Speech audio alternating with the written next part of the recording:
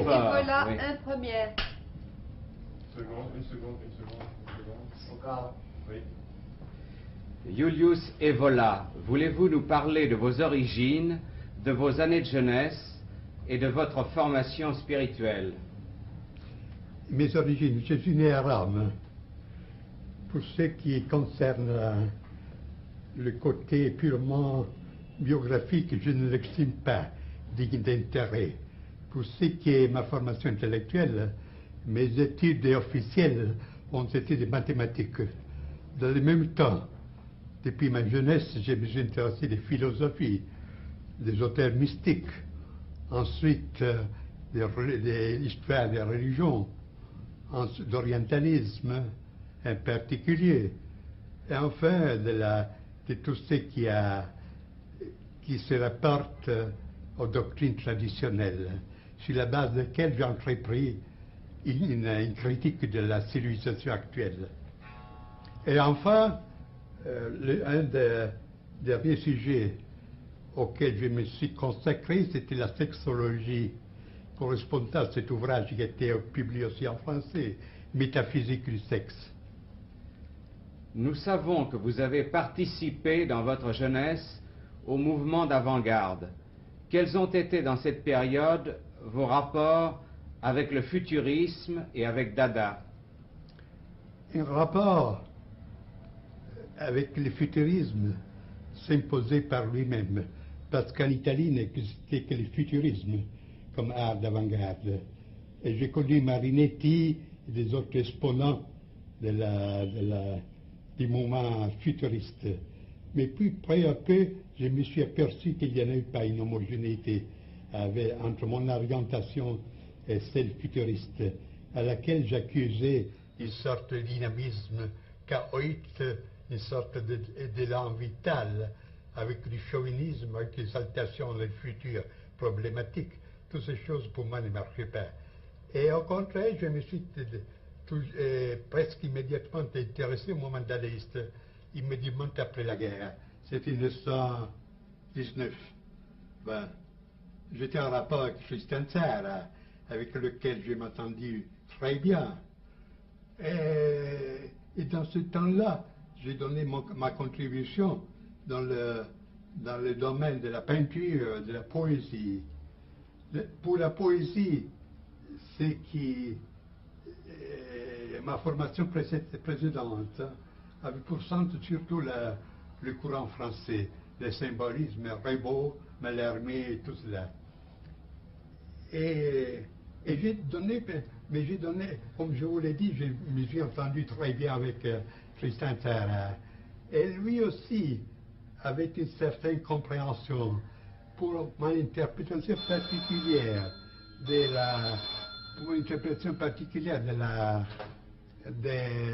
du dadaïsme.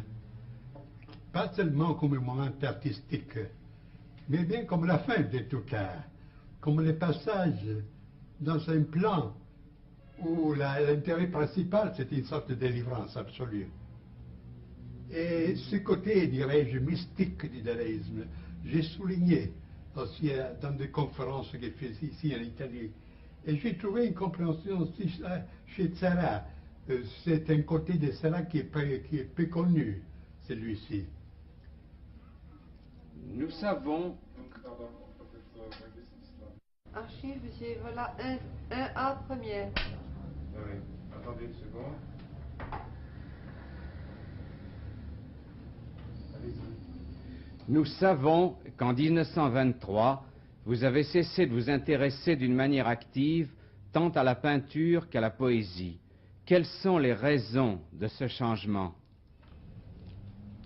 Comme je viens de le vous dire, et pour moi, toute cette expérience artistique n'avait pas une valeur seulement artistique.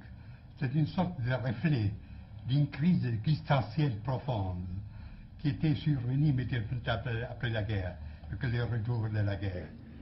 Alors ce n'est pas un état où on pouvait demeurer.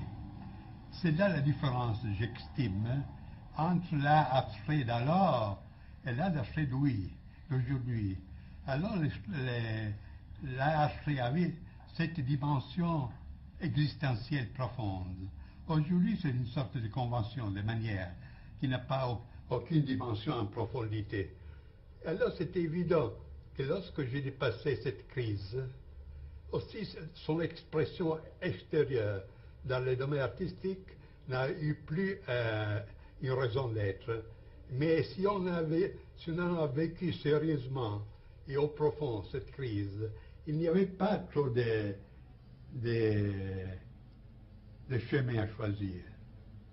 Quelqu'un pouvait se tuer, les autres faire rebourser chemin, ce qui ont fait aussi certains dadaïstes à partir d'Aragon, par exemple, ou bien s'effrayer le chemin pour une dimension ultérieure de l'expérience. C'est ce que j'essayais. En 1925 et jusqu'en 1930, vous formulez la théorie de l'idéalisme magique et de l'individu absolu. C'est le sujet de votre livre Il Camino del Cinabro. Nous expliqueriez-vous cette doctrine? Mais pour l'expliquer, je devais entrer dans un domaine technique de philosophie. Je peux dire en résumé que cette doctrine, c'était une synthèse entre l'idéalisme absolu de la ligne des successeurs de Kant, Schelling, Fichte, etc., de l'existentialisme avant la lettre, avec une dimension ésotérique. En troisième lieu, de la doctrine de la puissance, parce que, comme il est bien compréhensible, un des auteurs qui a exercé sur moi une influence particulière, ça a été Nietzsche. Un certain Nietzsche, parce que je ne l'approuve pas tout. Alors, c'est une sorte de synthèse, là, de théorie de l'absolu absolu. On parle de la position gnoséologique, c'est-à-dire des doctrines de la connaissance. On la développe dans une doctrine du moi, et puis on considère les développements possibles de ce moi jusqu'à un idéal presque chimérique, c'est l'individu absolu. Et les phases de ce développement ont été exposées dans le deuxième volume de cette doctrine de cette théorie de l'individu absolu, qui s'appelle Phénoménologie de l'individu absolu. Le mot est fermé phénoménologie et apprendre dans le même sens de Hegel, phénoménologie de Geist, phénoménologie de l'esprit, pas dans le sens d'un recueil de phénomènes plus ou moins. Novalis a-t-il eu une influence sur vous? En partie parce que à ce temps, j'étais assez intoxiqué par la méthode académique. Et Novalis, je reconnais qu'il avait des intuitions très profondes. Mais ce qui me gênait, c'était son côté poétique et intuitionniste, pas systématique. Votre livre, La tradition hermétique, est une exposition de la doctrine secrète qui se cache sous les symboles de l'alchimie. Est-ce qu'elle a des rapports avec les enseignements que vous avez exposés dans un autre livre, également traduit en français, La doctrine de l'éveil? Non, il y a une différence. La doctrine de l'éveil, c'est une exposition systématique de l'ascèse, de l'ascétisme bouddhiste, que j'ai reconstruit sur la base des textes originaux pali. Si bien que la traduction anglaise de ce livre a été recommandée par la Pali Society de Londres, qui est l'autorité la plus reconnue dans cette branche. Et alors, ce livre est considéré comme un classique sur des études sur le bouddhisme, bien que ces thèses pour la mentalité commune, pour une culture moyenne, sont révolutionnaires, parce que je considère comme un malentendu, ou bien comme une déformation, la conception du bouddhisme comme cette vision de la vie qui considère seulement le monde comme souffrance et le nirvana comme une sorte d'évasion plus ou moins dans le néant pour s'échapper à cette douleur. Je démontre au contraire, toujours sur l'appui des textes, parce que dans chaque page, vous trouvez des citations de toutes sortes, qu'au commencement, le bouddhisme était une doctrine initiatique, que le vrai sens de cette doctrine et de cette ascèse qui avait une allure toute particulière, c'est-à-dire, dirais-je, scientifique, parce qu'il n'avait pas de présuppositions religieuses ou morales, alors que le but ultime de cette discipline, c'était la réalisation de l'inconditionné. Le vrai nirvana, c'est l'inconditionné, que le bouddhisme pose au-delà même du royaume de Dieu. Archive, monsieur, voilà 2 premières. Attendez une petite seconde. Au cas. Et quelle est la différence avec la tradition hermétique? Et comme vous venez de le dire, la tradition hermétique, c'est un livre qui est consacré à l'exposition, à l'interprétation de cette tradition secrète qui se cache sous des symboles alchimistes, de métallurgie, d'opérations métallurgiques. Alors, il y a une différence fondamentale avec l'interprétation, pas au sens de l'histoire profane de la science qui a fait M. Jung, parce qu'il considère tout cela, tout ce monde alchimique, pas comme un monde matériel de métaux et de substances matérielles, mais comme des projections de la libido, des archétypes, etc. Au contraire, j'expose ces enseignements comme un enseignement initiatique qui, comme tel, concerne les forces réelles, bien que pas physiques, et a pour but la transformation intérieure de l'homme. Alors là, il y a, je voudrais dire que ceux des livres, Doctrine de l'éveil et Doctrine tradition hermétique, indiquent 2 voies possibles. L'un, c'est d'une ascèse sèche, virile, du détachement. On réalise les noyaux, dirais-je, olympiques de l'être par les moyens du détachement absolu de tout, soit du lien terrestre, soit du lien céleste. Au contraire, la tradition hermétique a un esprit bien plus occidental, je m'aventure de le dire, c'est-à-dire a un caractère opératif. C'est une réalisation immanente, dont le but est près de ceux des grands mystères, c'est-à-dire c'est significatif que le but, que l'état ultime de la religion hermétique est signé par des symboles royaux. C'est la croix, c'est la couronne, c'est le roi, c'est l'empereur. Et ce n'est pas les couleurs blanches de la contemplation, mais c'est les couleurs rouges du feu. Alors là, c'est une tradition très intéressante au point de vue de son affinité avec l'esprit aussi de l'Occident. Et je pense que mon exposition, je dois le dire, c'est l'exposition la plus complète et plus approfondie aussi pour les comparaisons avec les autres enseignements qu'il existe sur ces sujets. Aussi Jung a éprouvé la nécessité de citer mon livre entre les systèmes, entre les expositions systématiques de l'hermétisme. Mais à votre avis, et c'est je crois une chose essentielle pour la suite de votre exposé, peut-on se détacher de soi-même? Mais c'est là la présupposition de toute doctrine ascétique, même mystique, encore davantage initiatique. Votre ouvrage, La révolte contre le monde moderne, date de 1934. Il est la base d'une révolte de droite qui, comme vous l'avez dit, se présente d'une façon bien plus radicale que toutes les contestations actuelles auxquelles vous reprochez l'importance attribuée à Herbert Marcuse. Voulez-vous vous expliquer sur ce point et nous indiquer en quelques mots la matière et l'orientation de la révolte contre le monde moderne? La révolte contre le monde moderne, c'est un livre assez gros, assez fort. Il se compose de 2 parties.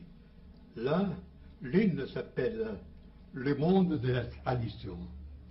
Et je cherche de donner ce qu'on appelle en philosophie une doctrine de catégories, du monde traditionnel, c'est-à-dire les formes constantes dans lesquelles se présentent à travers des différences presque indéfinies, mais qui ne cachent pas l'identité de la substance, la forme dans laquelle se présentent les structures fondamentales d'une société, c'est-à-dire à partir de la royauté, la loi, l'État, l'espace, le temps, la guerre, la relation entre les sexes, le jeu, et c'était tout cela, en puisant dans les documents les plus variés, à partir de l'Extrême-Orient jusqu'à l'Amérique précolombienne, du Moyen-Âge jusqu'à l'Antiquité méditerranéenne, etc. La deuxième partie, alors la première partie, je pourrais l'appeler morphologique. La deuxième, au contraire, c'est une sorte de philosophie de l'histoire. En partant de la préhistoire, la plus lointaine, je cherche de reconstruire ou d'interpréter, si vous le voulez, les cours de l'histoire. Cours dont la clé pour moi est l'idée d'involution et pas d'évolution. Et à ces sujets, je prends comme base non des idées personnelles, mais cette doctrine des 4 âges que vous retrouvez dans des traditions très différentes, avec une remarquable homogénéité, à partir de la doctrine hindoue des yugas jusqu'à la doctrine que Hésiode expose des 4 âges, âge de l'or, de l'argent, du bronze et du fer, jusqu'aux enseignements du même esprit nordique, etc. Et alors, sur la base de ce schéma, j'interprète les phases principales du développement, c'est-à-dire de la chute occidentale. Et la fin de cette interprétation a été presque prophétique, parce que le titre du chapitre correspondant s'appelle « Le cycle se ferme, Russie et Amérique ». Et je donne l'image de la Russie bolchéviste et de l'Amérique capitaliste comme 2 branches des mêmes choses que malgré toutes les différences ont le même sens, d'étrangler tout ce qui reste de l'Europe traditionnelle. C'est ce qui est arrivé après, si vous considérez que le livre est paru en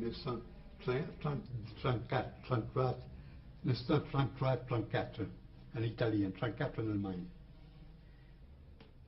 Alors, étant donné cette structure du livre, vous voyez que le titre « Révolte du monde moderne » ne correspond pas entièrement au contenu, parce qu'il ne s'agit pas d'un livre polémique. Mais la polémique vient par soi-même, parce que, en voyant comme sont les choses, c'est naturel pour quiconque garde une certaine sensibilité spirituelle de dire non au monde moderne. Mais c'est là la différence avec Marcuse, avec toute cette bande de contestataires, etc. Ils peuvent avoir raison dans certaines critiques, mais lorsque vous demandez au nom de quoi, ils ne savent absolument dire rien. Et c'est mieux qu'ils disent rien, parce que lorsqu'on écoute Marcuse sur les sujets de ce qu'il propose comme une société meilleure, on est terrorisé parce que sa sociologie